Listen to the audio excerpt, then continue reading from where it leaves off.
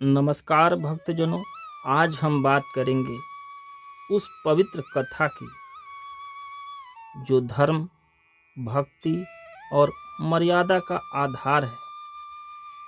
श्री रामायण के बाल कांड की हम बात कर रहे हैं। यह कांड हमें बताता है कि कैसे विष्णु भगवान ने मानव रूप में अवतार लिया ताकि पृथ्वी अर्थात धरती को अधर्म से मुक्ति मिले।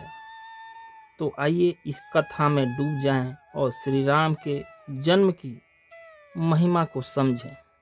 त्रेता युग में कौशल देश की राजधानी थी अयोध्या। यह एक ऐसी नगरी थी जो सोने सी चमकती थी, जहां धर्म का हर पल पालन होता था। वहां के राजा दशरथ थे, जिनके पास सब कुछ था। 3 रानियां कौशल्या, सुमित्रा और कैकेयी, अपार संपत्ति और प्रजा का प्यार। पर उनके हृदय में एक टिस थी, संतान का अभाव।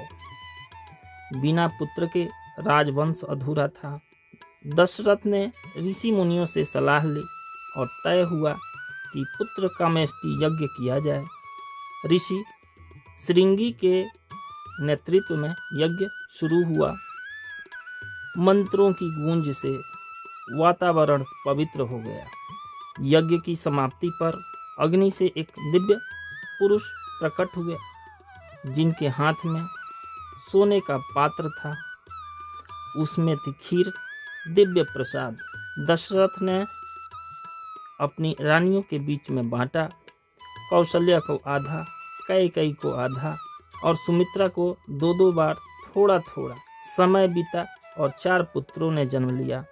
कौशल्या से राम, कैकेयी से भरत और सुमित्रा से लक्ष्मण और शत्रुघ्न। राम विष्णु के अवतार थे, जो रावण के अहंकार को नष्ट करने के लिए आए थे।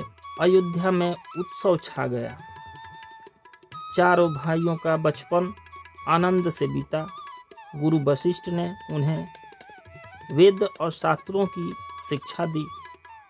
जब राम युवा हुए तो एक दिन ऋषि विश्वामित्र अयोध्या आए। वो परेशान थे क्योंकि राक्षस उनके यज्ञ में बाधा डाल रहे थे। उन्होंने दशरथ से राम और लक्ष्मण को मांगा। दशरथ घबराए, पर राम ने कहा, पिताजी, यह मेरा कर्तव्य है। विश्वामित्र के साथ राम और लक्ष्मण जंगल गए। वहां ताड़का नाम की राक्षसी का वध किया, जो ऋषियों को तंग करती थी, और फिर सुबाहु और मारीच को हराया। राम का धनुष हर चुनौती को पार कर रहा था।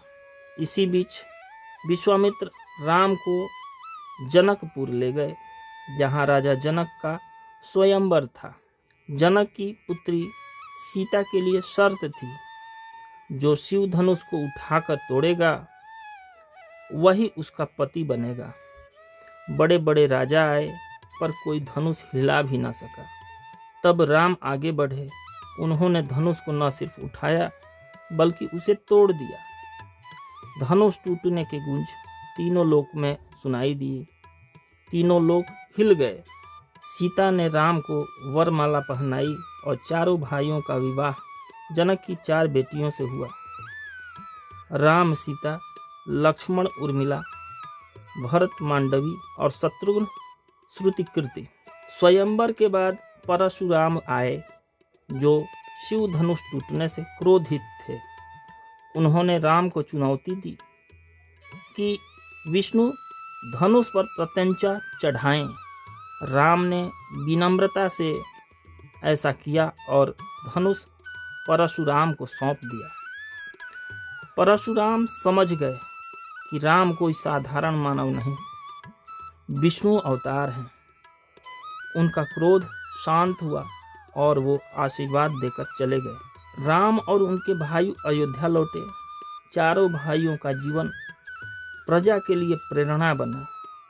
बालकांड यहीं समाप्त होता है, जहां राम का बचपन और युवावस्था हमें सिखाती है कि धर्म, कर्तव्य और प्रेम जीवन के मूल हैं। अगले कांड में वनवास की कथा शुरू होगी, पर उससे पहले इस कांड का मर्म समझें। हर संकट में ईश्वर का हाथ होता है। जो राम का नाम लेता है उसका जीवन धन्य धन्य हो जाता है। प्रेम से बोलिए जय श्री राम।